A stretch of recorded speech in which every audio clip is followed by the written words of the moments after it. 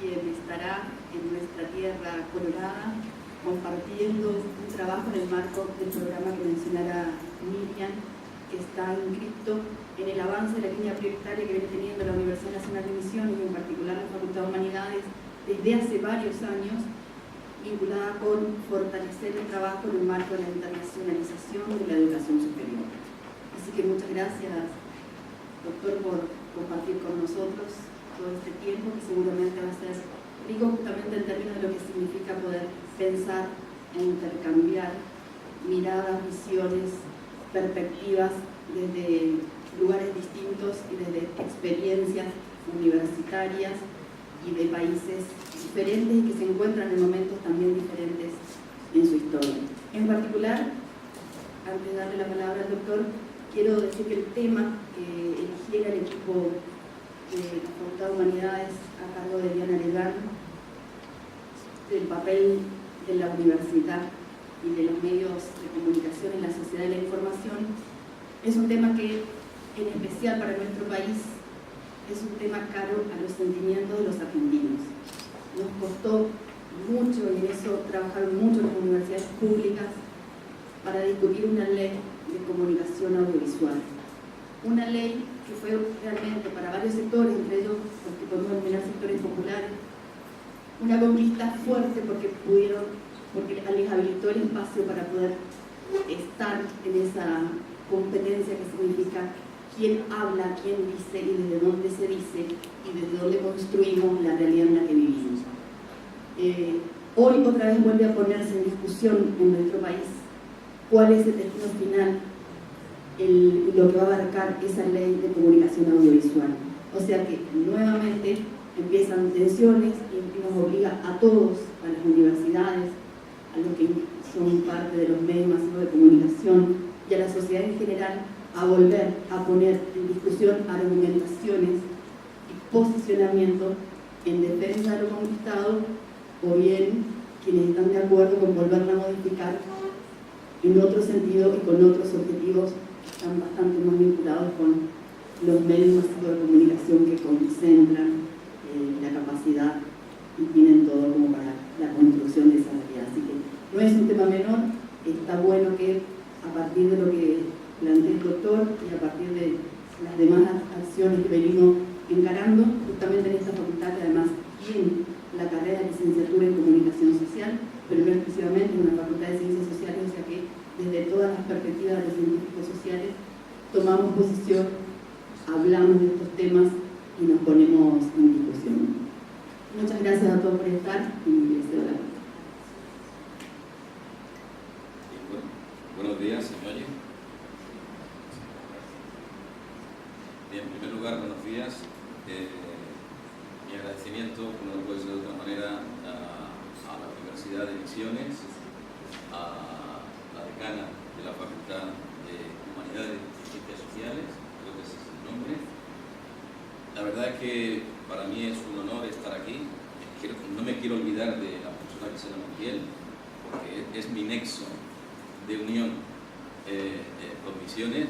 Espero que ella siga haciéndolo, al igual que el resto de la comunidad universitaria de esta parte del mundo, que para mí queda lejos desde mi lugar de origen, pero que una vez aquí, la verdad es que lo siento como un espacio compartido y como un espacio común. Y no lo digo como si fuera un tópico, sino ayer precisamente cuando una periodista me hacía alguna pregunta sobre Argentina, yo le decía que yo me sentía como en casa, y lo sigo diciendo, puede parecer un tópico, puede haber quien opine lo contrario, que esto es una expresión de cortesía porque estoy en un lugar ajeno, y yo quiero señalar que a nivel humano el contexto geográfico cambia, es radicalmente distinto, pero el contexto humano no cambia.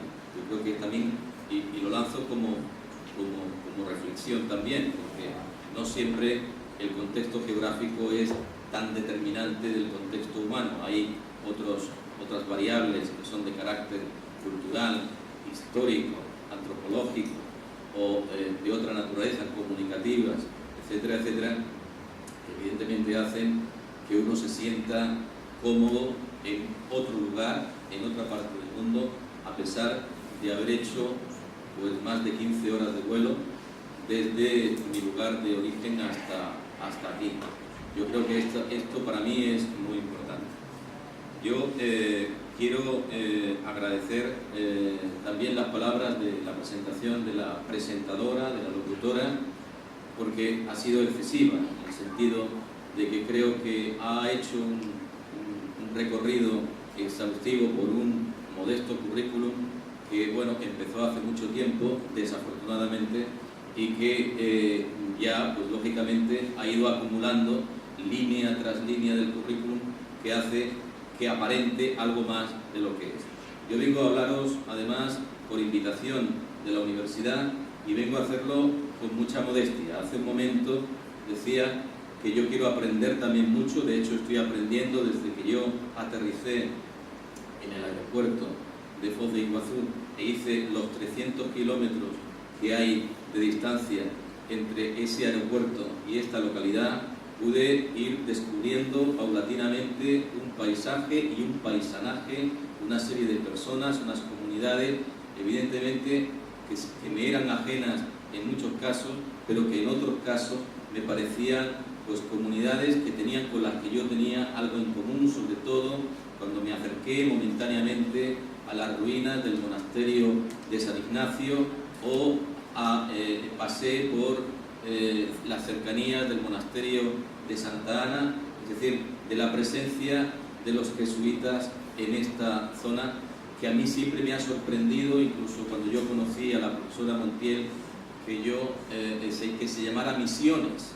¿Por qué misiones? Sobre todo esa denominación de misioneros a los habitantes de esta zona, denominación que tiene mucho de compromiso.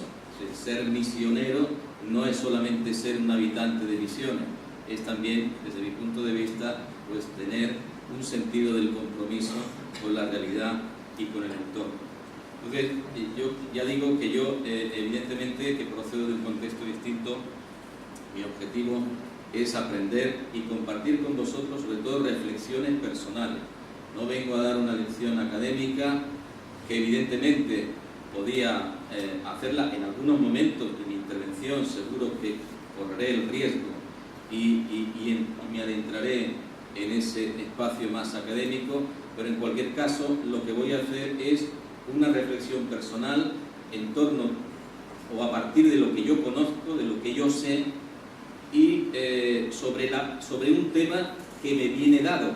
Quiero decir, el tema no lo he puesto yo, tengo que decirlo. El tema me lo han puesto, es decir, ha sido un deber, es decir, me han dicho, vamos a examinar a este señor, vamos a decir, bueno, vamos a ponerle unos deberes, ya que viene aquí, pues ya que es vicerrector además, y que he sido decano, tengo que decirlo, y por eso además entiendo perfectamente tu papel, es decir, y bueno, ahora le vamos a poner deberes y le vamos a decir que nos reflexione sobre el papel de la universidad y de los medios de comunicación en la sociedad de la información.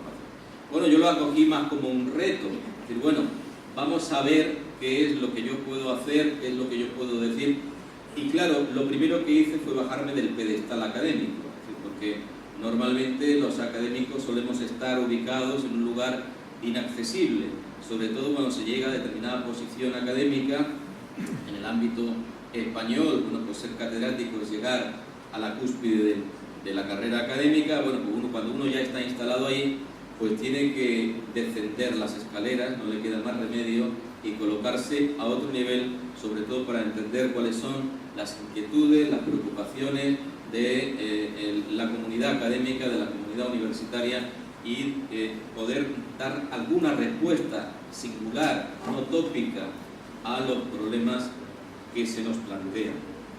Quiero decir que también, y por último, antes de en mis palabras preliminares, que hablar ante un auditorio donde hay gente tan experta, donde hay autoridades académicas, donde hay autoridades científicas, donde hay medios de comunicación, porque aunque uno sea periodista y lo ejerza, en mi caso, también como columnista en un diario, la verdad es que siempre tener una cámara delante y haber sido robotizado desde el principio, porque ya ven ustedes que me han puesto ya el micrófono de solapa desde el primer momento, pues es como si lo encorsetaran a uno, le dijera, bueno, pues uno tiene que moverse en un espacio, sobre todo en el que evidentemente no puede traspasar determinadas barreras, determinados límites, para intentar pues hablar con coherencia y con libertad, pero también con la responsabilidad que supone hacerlo no solamente a este pequeño auditorio,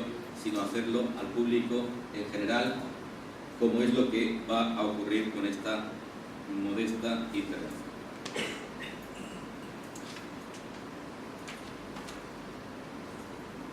La primera pregunta que yo me hago, e insisto, para responder a esos deberes que se me han puesto, yo he organizado a mi manera, obviamente esa era la libertad que yo pedía, lógicamente, bueno, lo que yo sé y lo que yo creo, cómo puede ser enfocado este asunto. Lo digo en mi doble formación. Antes hablaba con el profesor, el antropólogo sevillano que tenemos aquí entre el público, es decir, al antropólogo de Misiones, que bueno, me ha contado justamente que se ha formado en la Universidad de Sevilla también, y por tanto conoce mucho el entorno en el que yo vivo. Es decir, que bueno, yo voy a plantear el tema desde mi propia perspectiva, desde mi doble formación, digamos, de historiador y de periodista, titulado en periodismo, no en comunicación social. Ojo. Entre otras cosas porque en España no hay licenciatura de comunicación social. Lo que hay son licenciaturas en ciencia de la comunicación que integran 3 ramas distintas: el periodismo, la comunicación audiovisual y la publicidad y las relaciones públicas. Desde el ámbito del periodismo, por tanto, y desde el ámbito de la historia, me permito hacer algunas reflexiones. Primero, ¿por qué hablamos de medios de comunicación y de universidad? Que además, y en eso sí que coincidía, en el sentido de que los deberes que me habían puesto coincidían con mis inquietudes personales. Yo creo que en la sociedad de la información es fundamental hablar de medios de comunicación, o mejor dicho, de comunicación en un sentido más amplio, de comunicación social, por supuesto, y hay que hablar de universidad, pero hay que hablar, yo diría que de instituciones educativas, de la institución educativa, en un sentido amplio. Nos centraremos algo en la universidad, pero sin olvidar el horizonte de que la universidad forma parte de un sistema educativo que alcanza distintos niveles, ¿no? Desde la enseñanza más básica o primaria hasta el ámbito universitario. Evidentemente, cada uno de ellos con una finalidad distinta y cada uno de ellos interrelacionado con el siguiente nivel, pero la universidad, por tanto, no la podemos entender ajena al ámbito educativo, aunque sí la hemos de entender vinculada también a otros ámbitos, a diferencia de otros niveles educativos. Es decir, que la universidad no tiene sentido en la sociedad actual si no es, primero, vinculándola al mundo educativo y, por otro lado, vinculándola al contexto y vinculándola a la sociedad en su conjunto, porque si no, no tiene sentido.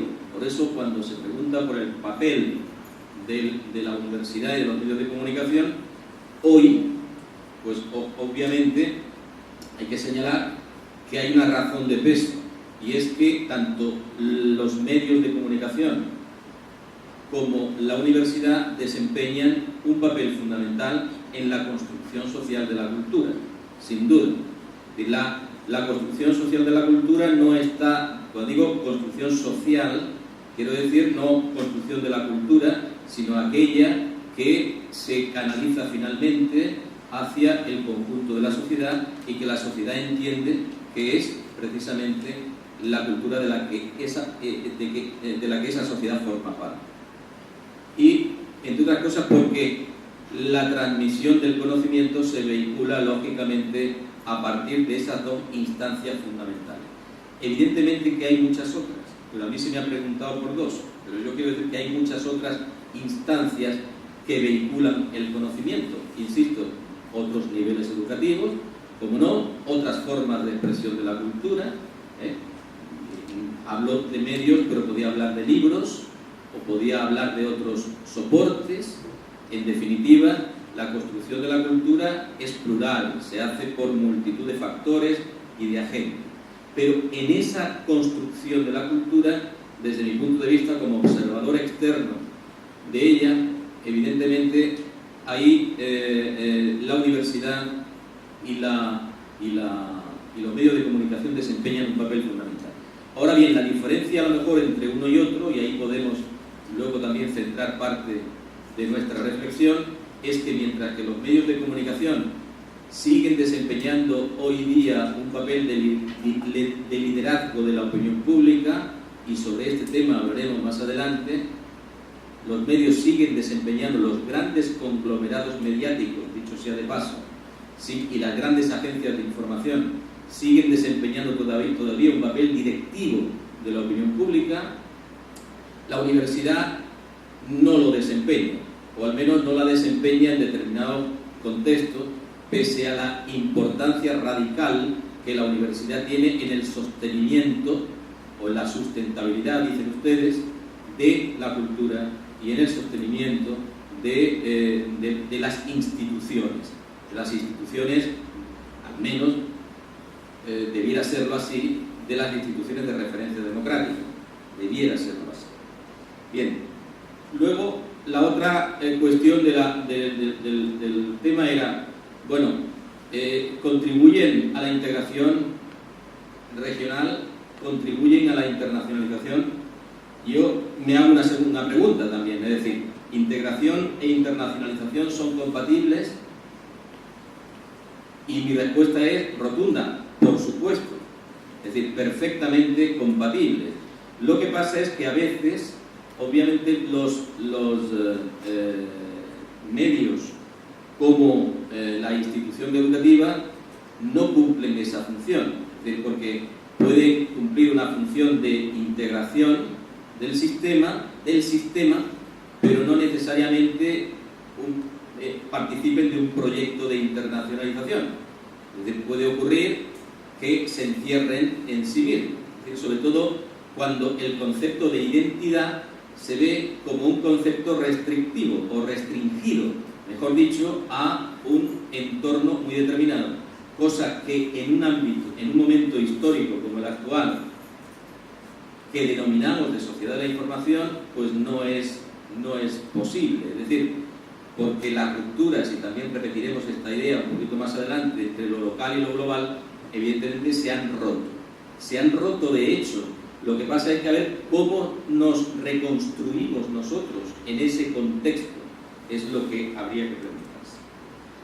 Yo, también, a la hora de enmarcar también esta ponencia, recordaba uno de los retos que tiene en este momento la Unión Europea. Perdonen que ponga un ejemplo de Europa, y es que en el proyecto que tiene de fomento de la investigación y desarrollo la Unión Europea en este momento, en lo que se llama el Horizonte 2020, el Horizonte 2020, dicho de otra manera, el Horizonte 2020 es justamente el horizonte al que aspira la Unión Europea en el ámbito de la investigación y la docencia, y suponiendo que para esa fecha se han conseguido ya una serie de objetivos y una serie de retos y desafíos que tiene la construcción de la sociedad de la información en Europa. Y en uno de sus apartados, la Unión Europea fomenta los proyectos de investigación para lo que el texto y la normativa europea denomina sociedades inclusivas. Es decir, que para mí es un concepto interesante. No me he parado mucho a reflexionar sobre su pertinencia o no, simplemente lo he robado, he dicho, este es para mí, para yo decirlo aquí, porque el término sociedad inclusiva está referido a la nueva sociedad que emerge, que surge, que es el resultado de todo ese aluvión migratorio que se está produciendo en el mundo en todas las direcciones, por razones económicas, por razones políticas, por razones bélicas y militares, en fin, por una serie de razones diversas.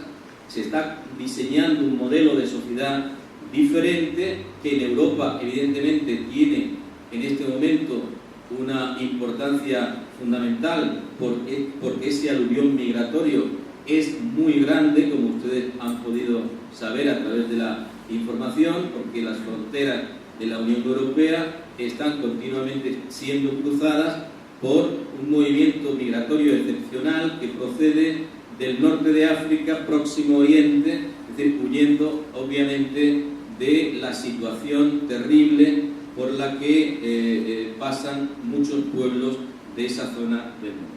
Bien, pues Europa se plantea a nivel de la investigación y a nivel de las universidades lo que se llama el proyecto para investigaciones sobre sociedades inclusivas. Esto es mucho más complejo de lo que yo digo, no es solamente por estos movimientos de migración, por estas razones que yo digo, sino también, y aquí en esta zona del mundo también lo pueden entender perfectamente como yo, porque hay más rasgos comunes de los que ustedes puedan creer, y no ya lazos históricos. No me estoy refiriendo a ellos en este momento, sino, por ejemplo, en Europa, en la Europa occidental más desarrollada, pues desde hace mucho tiempo hay un movimiento poblacional y demográfico importante, incluso entre países desarrollados, es decir, entre los propios países desarrollados. De manera que, por ejemplo, muchos británicos residen en el sur de España, muchos alemanes residen en las Islas Baleares, muchos daneses, finlandeses residen en las costas europeas, en fin, hay un movimiento demográfico que tiene ya muchos años, muchas décadas, que está configurando también un panorama demográfico distinto. Entonces el término inclusivo se está refiriendo a esa forma de ver las nuevas sociedades que están modificándose por razones de las tecnologías de la comunicación, y haré alguna referencia más adelante, como por razones de estos movimientos que pueden llamarse migratorios, pero es por otro tipo de razones, es decir, que británicos o alemanes decidan no vivir en Alemania ni en Inglaterra y vivir en el sur de España o en las Islas Baleares o en las Islas Canarias, es un fenómeno de otra naturaleza, de otra índole, porque hablamos de migraciones no económicas, no por razones económicas, entonces, pero que constituyen sus propias comunidades, que generan lazos culturales con el entorno, que se funden con el entorno, que generan sus propios medios de comunicación en lengua vernácula, que se produce una dimensión intercultural hasta ese momento desconocida. Evidentemente, esa transformación se produce por razones de otro tipo, pero evidentemente es un fenómeno al que atiende o trata de atender la Unión Europea.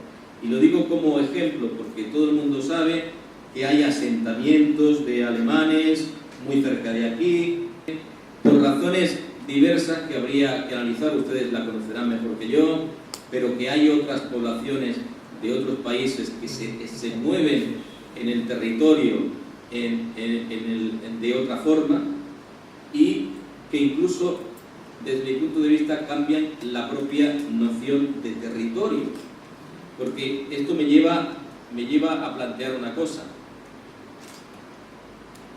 y es que ustedes saben también como yo que el territorio no es un espacio físico. El territorio es un espacio cultural. El territorio es otra cosa. El territorio es lo que perciben las comunidades humanas que comparten ese mismo espacio físico. Es la forma de entender el espacio físico. Es la forma de sentirse vinculado al espacio físico.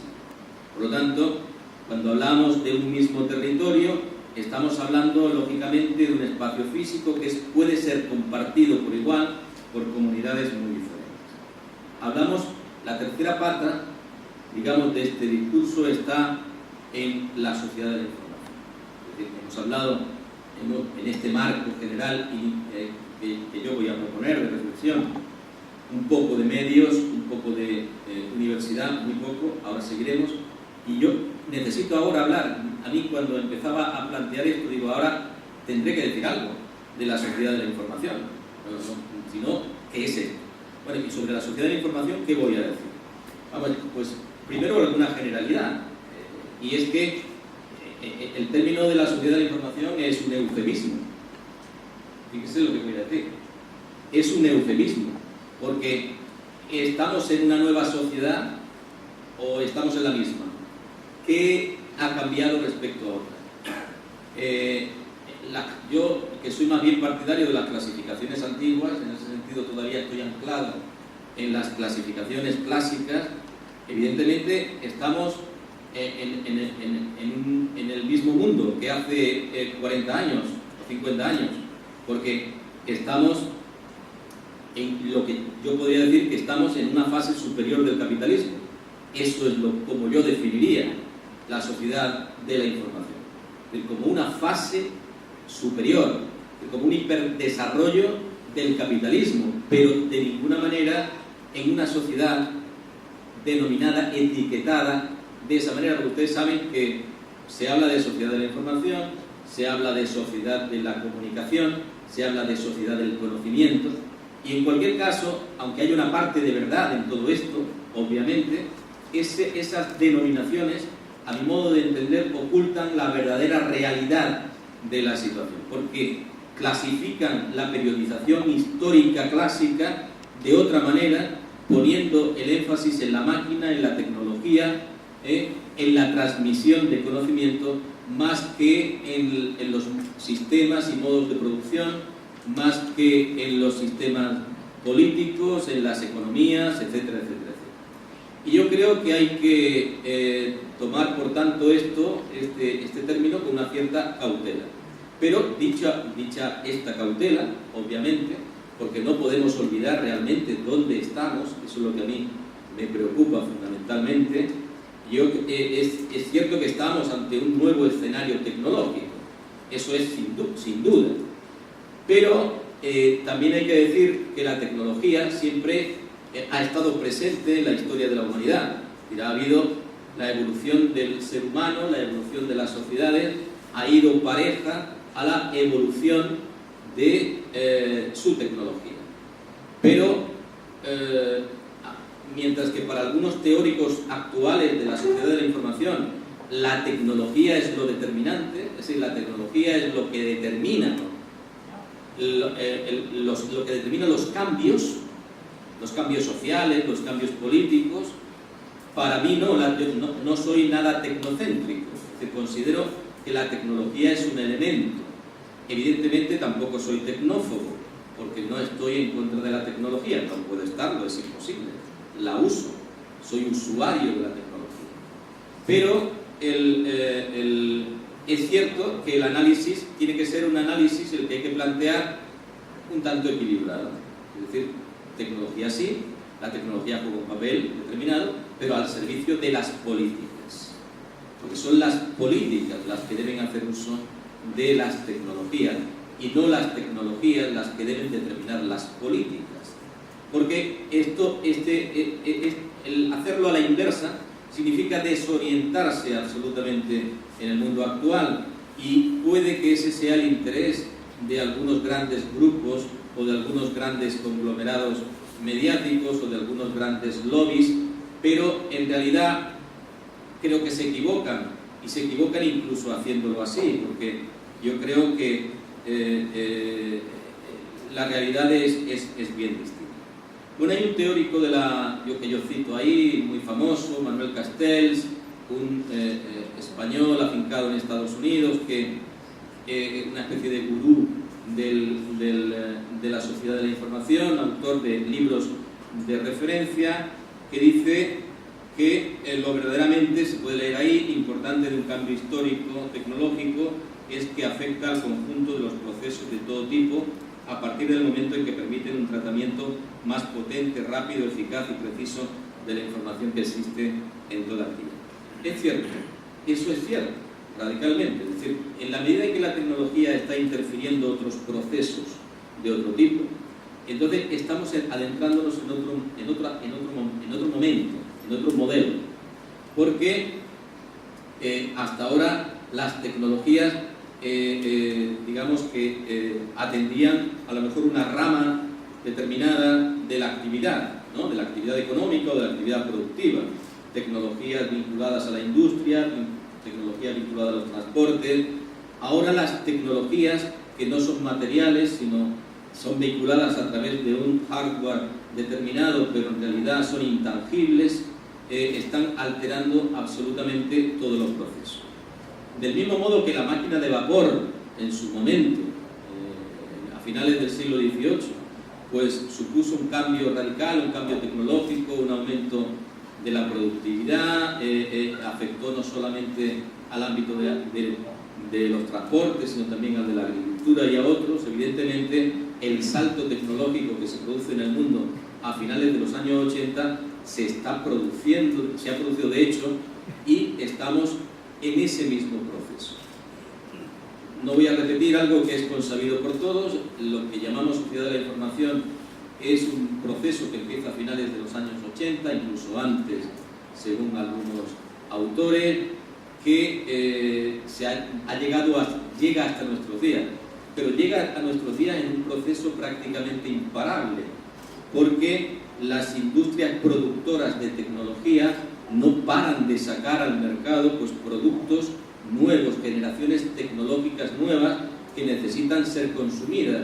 Se está produciendo una especie de aceleración tecnológica muy acorde con una cierta aceleración histórica. Esto nos llevaría a hablar del tiempo, no del climático, sino de la noción de tiempo que hay en este tipo de sociedades. Tiempos es un tema muy interesante, pero bueno, en cualquier caso, quiero decir, ustedes saben que las industrias productoras de tecnología someten a un cierto estrés consumista a las sociedades para que el móvil que era de última generación, esto es un iPhone 5 hace escasamente 12 meses, ahora yo tenga que comprar el iPhone 6S superior porque ya no me basta con el iPhone 5, me dura ya no puedo soportar digamos determinados software, ya hay cosas que yo no puedo, con las que yo no puedo trabajar, y tengo que estar actualizado permanentemente. Claro, esto nos lleva a otras lógicas, las del consumo totalmente individualizado. En fin, uno, no aquí, aunque haya un señor como yo ahora mismo utilizando el móvil, pero no sé cómo lo llaman ustedes. Móvil, ¿no? Bien. Ustedes van a cualquier sitio y está todo el mundo conectado, ¿no? Todo el mundo con la cabeza agachada. Bueno, en fin, esto es una realidad de la situación que es muy discutible también desde el punto de vista de lo que es la cultura, el diálogo social. Muchas veces algunos teóricos nos dicen, bueno, es que esto es así, es que esto hay que aceptarlo así. Yo personalmente, y como estoy hablando desde el punto de vista personal, pues yo me resisto a que esto sea así. Quiero decir que hay otras maneras, otros modos de hacer las cosas, y yo creo que hay que plantearlos así. Bueno, coexisten viejos y nuevos medios en la sociedad actual. Ustedes saben que, bueno, aquí tenemos, pues hay medios analógicos, medios digitales. Yo diría que estamos todavía en un largo periodo de transición. Desde mi punto de vista, que me gusta ver las cosas más bien de manera diacrónica que de manera coyuntural o sincrónica, yo creo que seguimos estando en un largo proceso de transición, que no sé hacia dónde vamos, sobre todo en el ámbito de la tecnología. Y bueno, es verdad que lo digital ha venido para quedarse, eso es evidente. Lo digital está aquí, va a estar siempre con nosotros, pero habrá otros consumos analógicos que seguirán manteniéndose, y que esto tiene que ver con la transición a la que yo me estoy refiriendo. Ya veremos. No me gusta hacer prospectiva. Creo que el otro día asistí a una conferencia en España sobre la tecnología que viene, y claro, es para asustar, ¿no? Porque lo que viene es tremendo, porque el control sobre los ciudadanos puede ser también muy grande. En fin, en cualquier caso, ahí está, pero quienes defendían, quien hacía esa conferencia, decía que esto era lo que venía y que lógicamente tenía que ser así y que había que aceptarlo. Bueno, vamos a dejarlo, ¿no? Fíjense, yo antes mencionaba el tema del tiempo, y es verdad, aquí lo tengo apuntado, porque esa es una lógica, esa es una de las lógicas actuales. Fíjense, hay dos cuestiones fundamentales que modifican, muchas gracias, que modifica la sociedad de la información y el uso de las tecnologías digitales de una manera extensiva y generalizada, y una de las lógicas que sustituye son las del tiempo y las del espacio. Son dos lógicas fundamentales. Desde las facultades de comunicación, de las que yo procedo, hablar de tiempo y espacio en una facultad de comunicación, como que no, como que resultaba que era un tema que no venía, que era más propio de la antropología, de la historia, de otras, pero no del ámbito de la comunicación. Bueno, pues la comunicación, tal como está diseñada en el momento actual, hay dos cosas que transforman fundamentalmente, son la noción de tiempo y de espacio. Fíjense, para teóricos como Castell, él habla de que han surgido, hay nuevos tiempos, ¿no? Que hay un tiempo tecnológico, que hay un tiempo biológico, que hay un tiempo de las nuevas tecnologías frente al tiempo real. Este es un dilema filosófico casi, es decir, bueno, ¿esto cómo se resuelve? Yo creo que el tiempo real está ahí, el tiempo real no va a dejar de estar, es decir, es verdad que los consumos del tiempo empleados lógicamente en el uso de estas tecnologías, pues modifican también la propia percepción temporal o la propia percepción del tiempo. Pero bueno, ahí está, lo dejo como un tema a debatir. Insisto que hay autores, pueden entrar en la red y consultar autores que han trabajado sobre el cambio sobre la noción de temporalidad, ¿no? Y luego el territorio. Fíjense, cuando surgen las nuevas tecnologías, estamos hablando de integración, internacionalización, hablamos de territorio, obviamente. Los teóricos ya apuntan desde el principio que lo que se está produciendo es una desterritorialización del territorio. El territorio está perdiendo su sentido como espacio físico, antes yo decía, definido, determinado por unas claves culturales muy determinadas, y que ese fenómeno se está produciendo. Pero yo creo que en gran medida es cierto, hay una desterritorialización, porque evidentemente las nuevas tecnologías sobre todo nos permiten acercar lo local, como yo decía, a lo global. Es decir, ahora creo que van a emitir en YouTube estas palabras.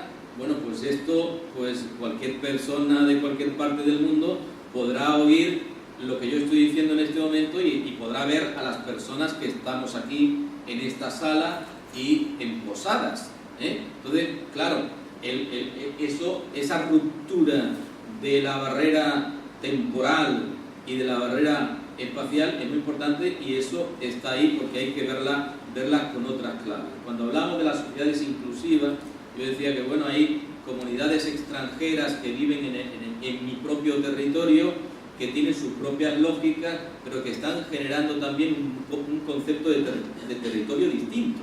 Porque ahora yo, cuando intento ver mi territorio desde una perspectiva más o menos analítica, yo no puedo ver solamente aquellos rasgos de cultura local propiamente dicha, sino que eran definidos por la historia particular de mi ciudad y de mi región, sino que también tengo que verlo en las claves de los productos culturales que estas nuevas comunidades producen en el seno de mi misma comunidad. No sé si me explico. adecuadamente, pero mi percepción del territorio es distinta. Ya mi percepción no es folclórica, y perdón por la antropología, no es folclórica, sino que, es decir, relativa al folclore o relativa a las costumbres, sino a nuevas costumbres y a nuevas formas de entender. Y ahí lo que yo creo que se produce es una relación dialéctica, que yo no sé cuál es el resultado, y yo simplemente lo digo como reflexión. Creo que hay una relación dialéctica que tardará, obviamente, en dar un resultado, en dar un producto determinado. Bien, pues esos son claves también sumamente importantes para entender la noción actual. Si hablamos de integración o hablamos de internacionalización, el nuevo contexto sociocomunicativo nos lo posibilita. Y un pequeño apunte, y hago un paréntesis sobre el tema del tiempo. Ustedes saben que la historia de la comunicación no es ni más ni menos que, gracias al uso de la tecnología, que la lucha continua por el tiempo, es decir, por lograr la mayor rapidez en la transmisión de la información y de las noticias. Si ustedes hacen un repaso histórico, se darán cuenta de que paulatinamente esas tecnologías han ido propiciando esta mayor rapidez, desde la aparición del periodismo regular, que llegaba cada semana en el siglo XVII, gracias al desarrollo de los transportes, hasta el siglo XXI, en el que hablamos de instantaneidad de la información. La información es instantánea. Esto también va a alterar incluso los propios productos periodísticos, porque puede que la información diaria tenga unas características diferenciadas de la información semanal, que la prensa diaria en papel pues tienda a disminuir y a aparecer formatos semanales dedicados al ensayo, dedicados al análisis, a la interpretación. Todo esto va variando. Luego cambian en el ámbito de los medios de comunicación esas lógicas determinadas por esto que acabo de decir. Hay también un nuevo concepto de la opinión pública.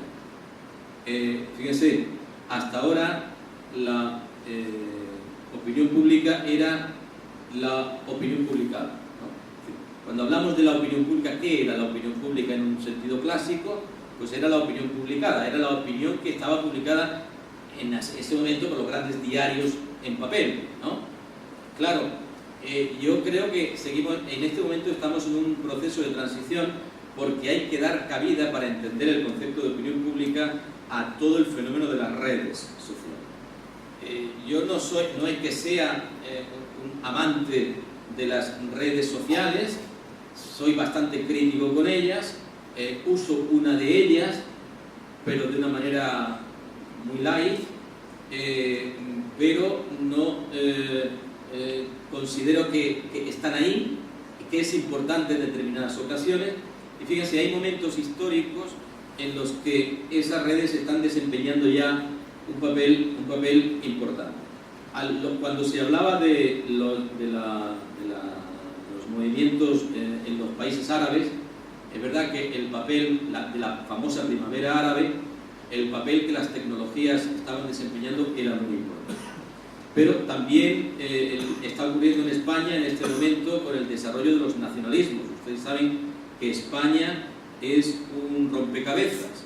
España es un país, desde mi punto de vista, singular, importante.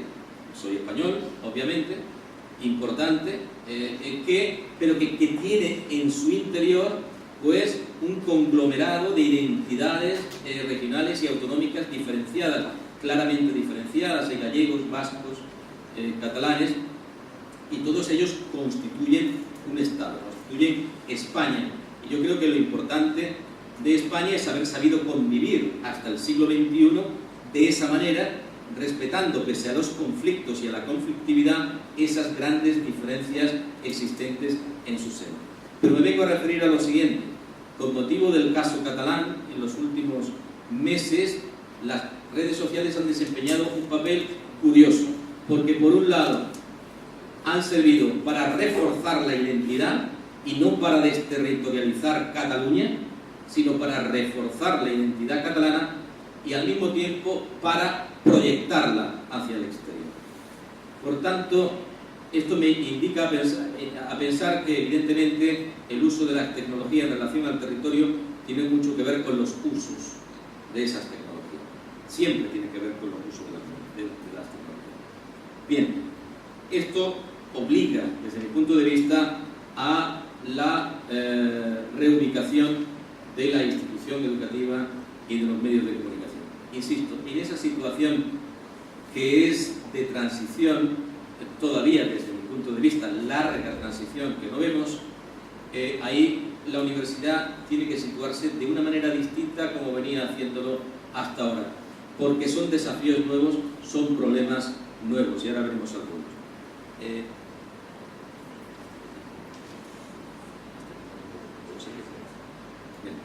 Yo espero no cansaros mucho, de verdad, estoy muy a gusto, entonces yo sigo hablando si a ustedes les parece bien. Fíjense, ahora coloco esto. Hay un libro muy antiguo, esto está extraído de un libro, no es mío, del año 1995, o sea que tiene ya la friolera de 21 años, pero ahí no aparece en el texto, no lo he podido citar. Lo he sacado del libro. Es un libro de un autor francés sobre las televisiones en Europa, publicado por el Consejo de Europa en Estrasburgo en 1995. Y he extraído solamente esto del libro. Y es que uno de los factores, podría extraer otros, porque el autor habla de la economía, de la política, no solo de la cultura. Ahí aparece la cultura como nivel de creación de la región.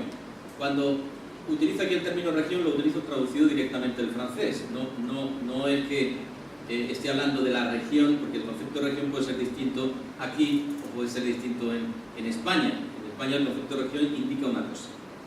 Estamos hablando ahí de territorio. El concepto de región ahí es territorio. Y dice, entre otras cosas, que la cultura, cuando se combina con el suelo, la memoria y el proyecto, cuando la cultura se combina con el espacio, el tiempo y las representaciones, es decir, suelo igual a espacio, memoria igual a tiempo, proyecto igual a representaciones, se producen una serie de cosas. Es decir, esa combinación da lugar a, en el caso de la cultura, cuando se combina con el suelo, a la creación de un espacio cultural determinado. Cuando se combina la cultura con la memoria, da lugar a las tradiciones, la lengua, la religión, la historia cultural, esa combinación analítica. Y cuando se combina con el proyecto, es decir, con la representación simbólica, da lugar a la representación y simbología del futuro regional. Fíjense, un territorio tiene que ver, la construcción del territorio tiene también que ver con la representación simbólica del mismo, pero la representación de su futuro, de lo que queremos ser como pueblo, no solo con lo que hemos sido, no solo con lo que somos, sino también con lo que queremos ser, aunque también esto es complejo, porque hay siempre una representación simbólica de lo que hemos sido, cuando sobre todo la representación se hace mediáticamente.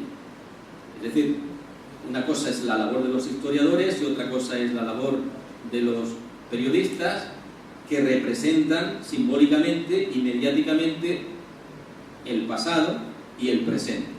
Ese es el trabajo del periodista, ¿no?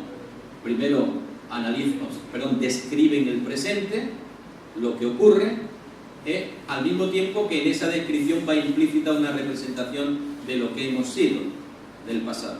Bueno, pues aquí, en lo que es el futuro, nuestro proyecto de futuro, tiene un papel fundamental la comunicación social, fundamental, y la universidad.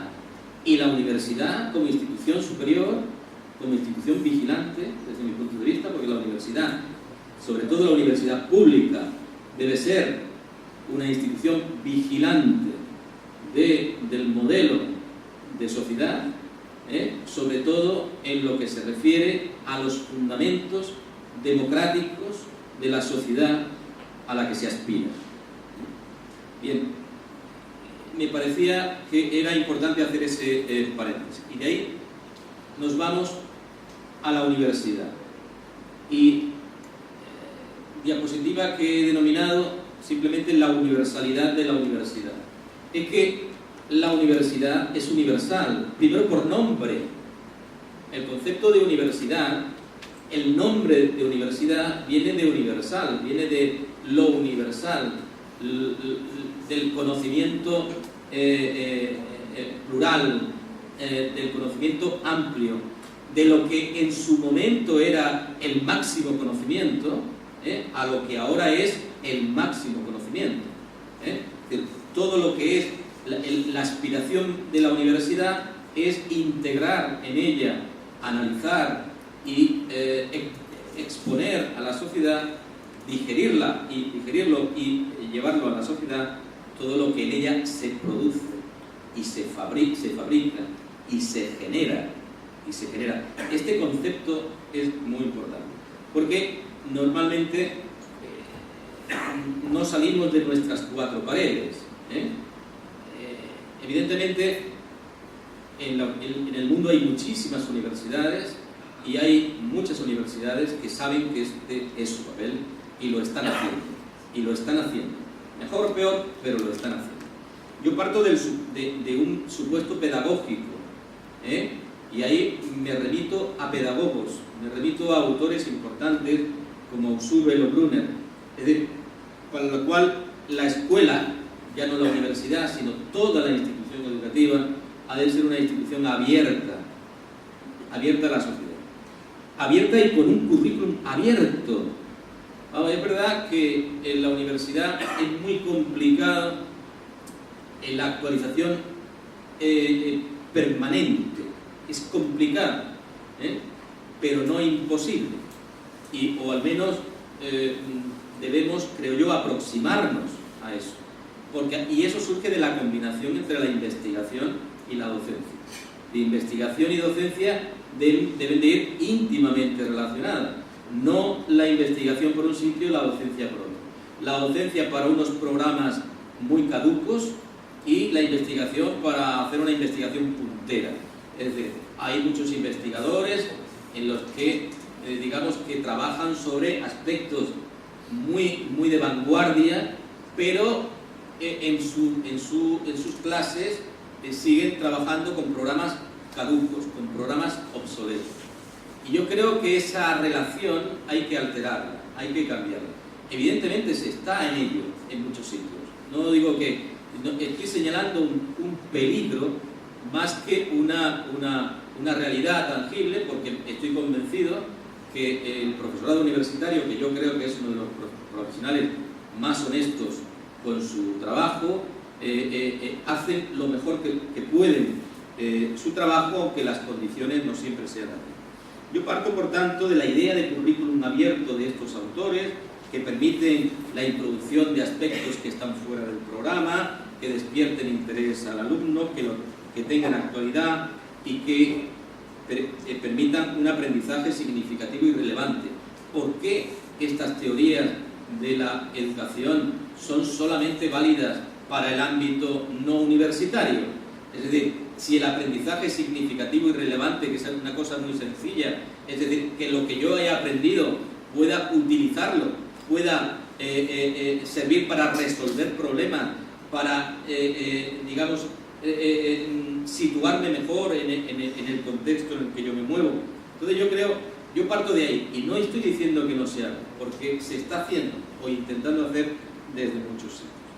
La universidad está en transformación, y no porque las autoridades universitarias hayan dicho vamos a transformar la universidad,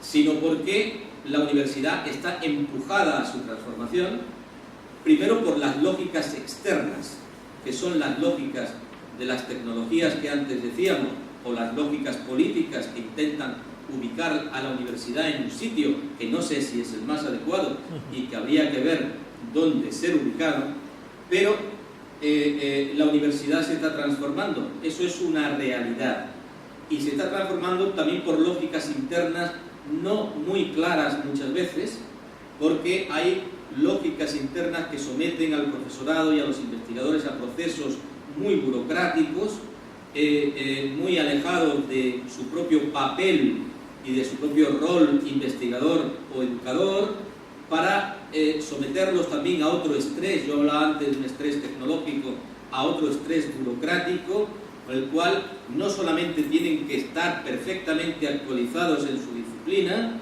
sino que tienen que dar las mejores clases del mundo, pero además tienen que ser evaluados positivamente y además tienen que publicar en revistas de impacto. Bueno, esto significa someter evidentemente al profesorado de las universidades del mundo, a una situación que desde mi punto de vista necesita una reflexión y una reubicación. No basta que las grandes tendencias marcadas por los grandes países desarrollados, léase Estados Unidos, léase incluso los grandes países europeos, que por cierto en Europa digamos, también es singular, es decir, no sigue a rajatabla de ninguna manera, hay una especificidad propia. El modelo americano, por supuesto que no, hay una singularidad europea, pero en cualquier caso hay una influencia muy grande en este sentido que yo acabo de apuntar. Y yo creo como docente, y lo creo como gestor, además, universitario, que creo que hay que reflexionar de nuevo sobre esto, que al menos hay que posicionarse de alguna forma ante este problema, porque si no puede ocurrir como resultado, puede dar como resultado situaciones que no son exactamente las mejores. Es verdad que hay una cierta obligación, hay que estar en rankings, hay que ser bien evaluados, porque además de esto depende la financiación, depende muchas cosas. No es un tema fácil, es un tema muy complejo, simplemente reparo en él porque es importante. Internacionalización sí, por supuesto, pero ¿de qué manera? Si por internacionalización entendemos copiar lo que se está haciendo mal, yo creo que hacemos un mal trabajo. Hay que copiar lo que está bien, por supuesto, y hay que hacer un ejercicio crítico, es decir, de posicionarse críticamente en ese nuevo espacio.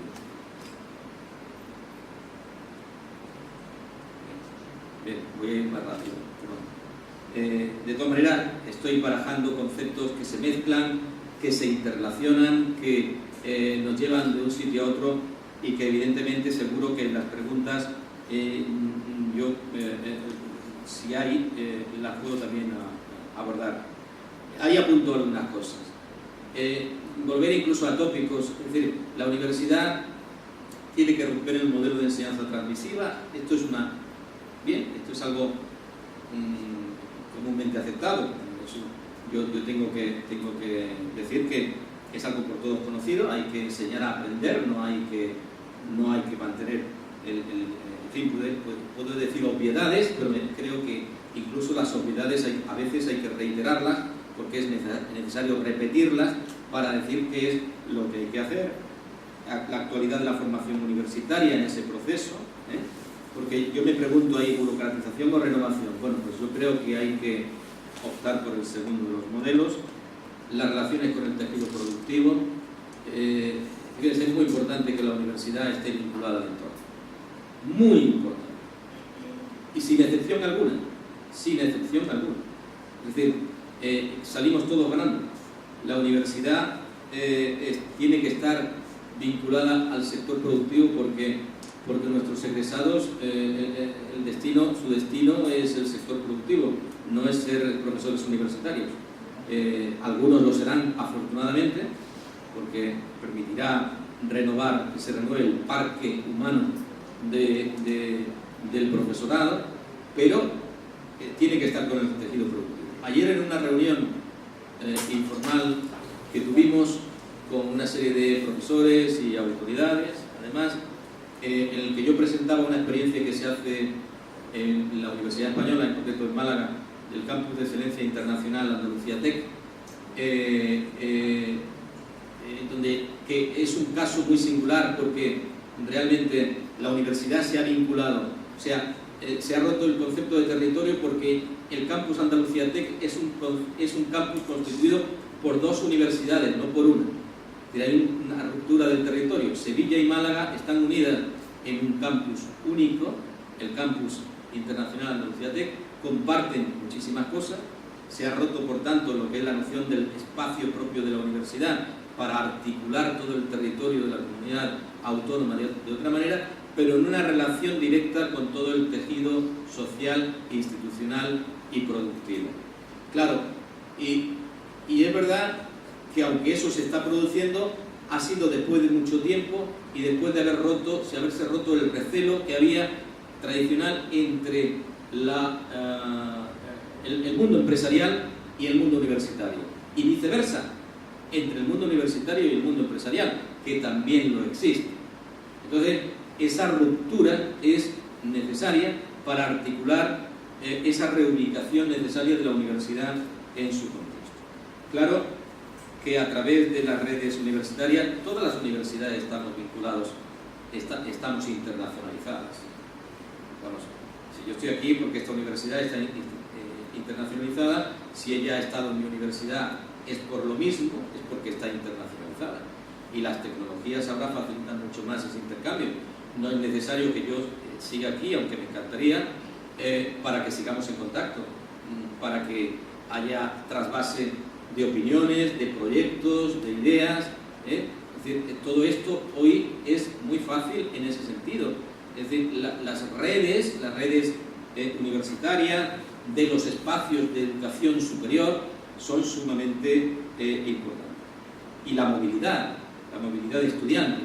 Fíjense, el programa Erasmus que ustedes conocen y que incluso en el que han participado, ha transformado Europa. Fíjense lo que estoy diciendo. Ha transformado Europa en gran medida. O mejor dicho, yo diría, vamos a ser modestos, está contribuyendo a modificar Europa, a modificar las redes sociales, las relaciones sociales en el seno de Europa. Son miles y miles y miles los estudiantes universitarios que desde hace, y profesores universitarios, que desde hace muchos ya años, casi 2 décadas, se vienen intercambiando por todas las universidades, muchos de los cuales se quedan en su nuevo país de destino, muchos de los cuales rehacen su vida en españoles, estudiantes españoles que se quedan en Alemania, que se casan en Alemania, alemanas que se casan en España, inglesas, ingleses, daneses. Eso unido a todo lo que yo decía antes de esas nuevas comunidades, está transformando también Europa en otro sentido, en una comunidad diferente. Quiero decir que la movilidad universitaria tiene muchas consecuencias más allá, sociológicas, más allá de las consecuencias académicas, más allá de las consecuencias académicas que son fundamentales, incluso para entender Europa. Fíjense, yo estoy en este momento trabajando en un proyecto que se llama, o que pretende ser, porque estamos en sus inicios, es la construcción de Europa, la construcción de Europa, de la idea de Europa, del territorio europeo, a partir del estudio de las comunidades deslocalizadas, de las comunidades europeas que no están en su país de origen, porque el concepto de territorio cambia, porque el concepto de Europa también cambia. Yo no estoy estudiando a los ingleses que están en Inglaterra, sino a los ingleses que llevan generaciones en Málaga, por ejemplo.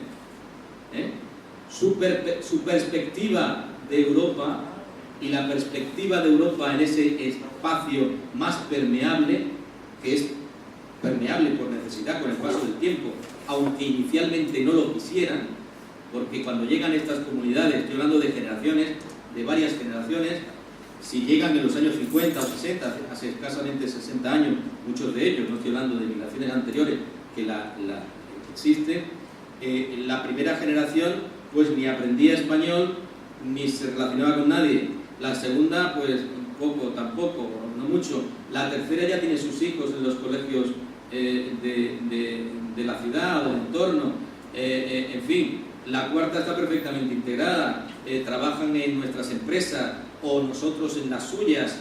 Esto es un fenómeno intercultural extraordinario y en ese sentido tengo que señalar que España, y lo digo como ejemplo, es un laboratorio importantísimo, sobre todo lo que es la costa mediterránea, para el estudio de estos fenómenos que tienen que ver con los movimientos demográficos, que tienen que ver con la comunicación, que tienen que ver con el territorio, que tiene que ver con la investigación académica, con la investigación universitaria.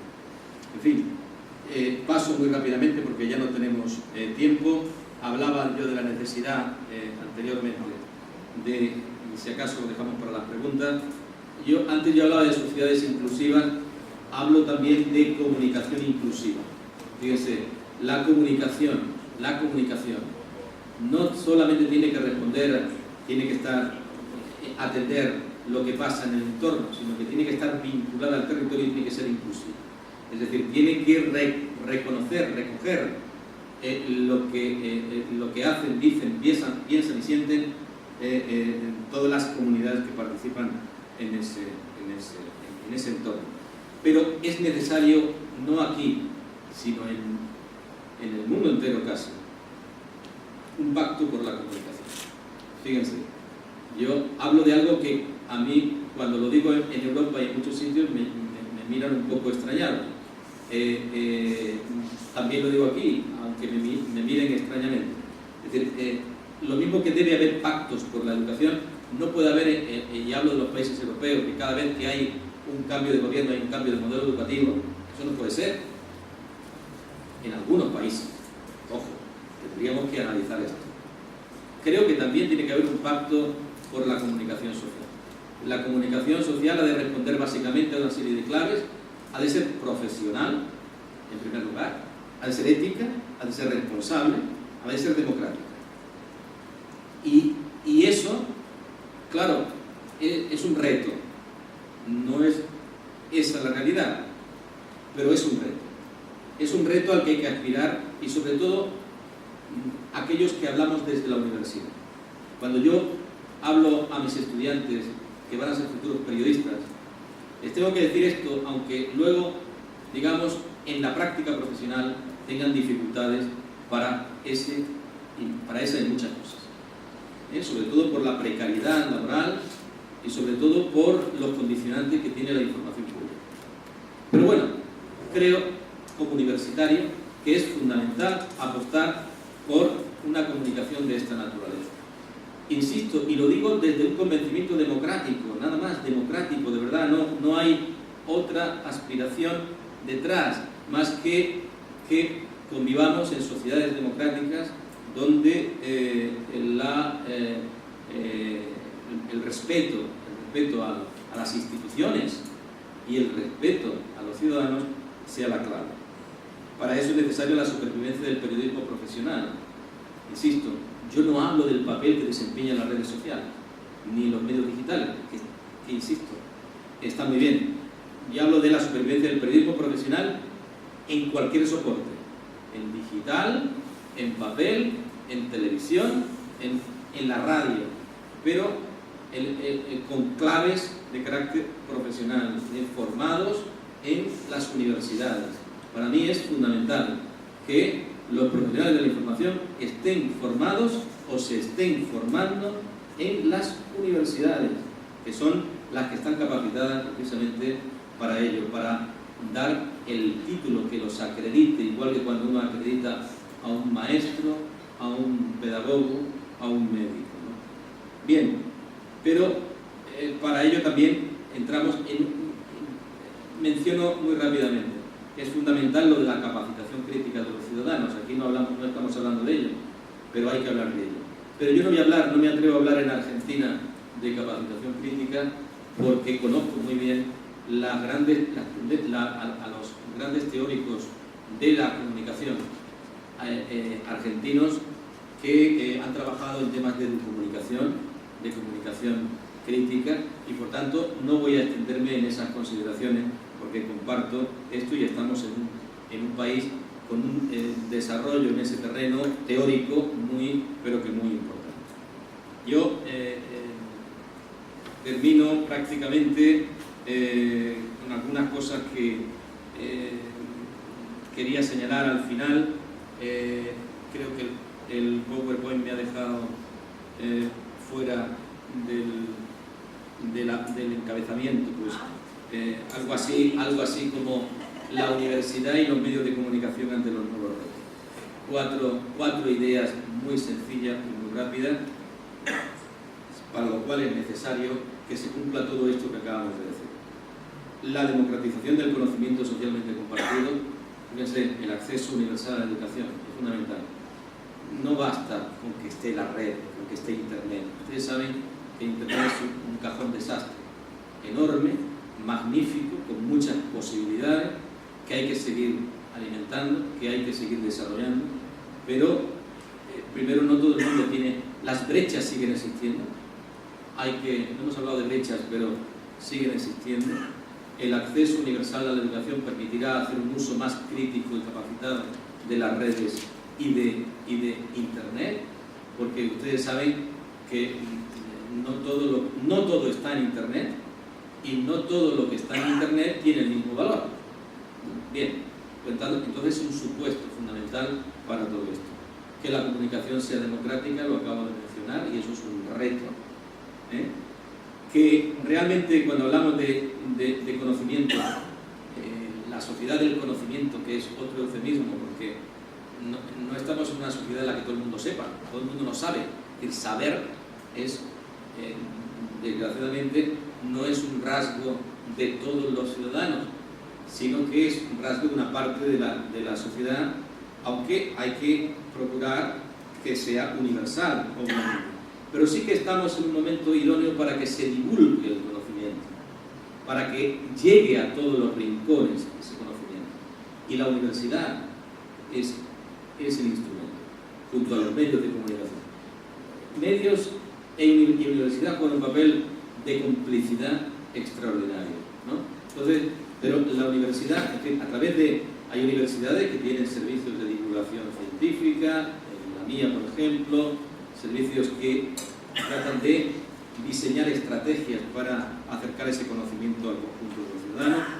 Hay que recuperar la memoria colectiva, hay que recuperar el patrimonio mediático. Ustedes saben lo lamentable que es cuando investigadores del ámbito de la comunicación queremos hacer estudios, investigaciones sobre programaciones de radio o programaciones de televisión, y las cintas se han machacado, han desaparecido, no hay archivos sonoros, o hay muy pocos.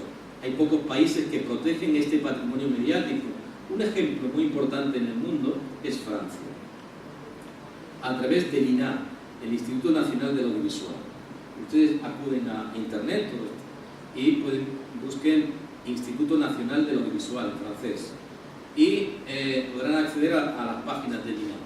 El INA es una macroinstitución que preserva todo desde, no sé desde qué año ahora mismo, pero preserva todo lo que se produce en Francia a este nivel. Ese patrimonio es fundamental para reconstruir la historia, para reconocer identidades, para hacer nueva información, incluso información documentada de archivo. En fin, y una llamada última de atención al último punto, el acceso a las TIC. Está claro, lo he dicho antes de alguna manera en otros momentos, y es la cooperación universidad-sociedad. Lo acabo de reiterar. Es decir, desde una visión integradora del espacio, como desde una proyección internacional, la universidad tiene que estar vinculada, y no es fácil, no es fácil, pero tiene que estar vinculada a ese entorno. Yo huyo de toda receta, porque las recetas no son válidas en este ámbito, solo en la cocina, pero esa sí es una clave. La universidad no está sola, y no debe estar sola, y no puede estar sola. La universidad, para ese proyecto de internacionalización, tiene que trabajar con criterios y tiene que trabajar con otros agentes sociales. En fin, hasta aquí mis palabras, hasta aquí mi propuesta de reflexión. Estoy abierto a cualquier pregunta, a cualquier sugerencia. Les quedo muy agradecido por su atención y muchas gracias.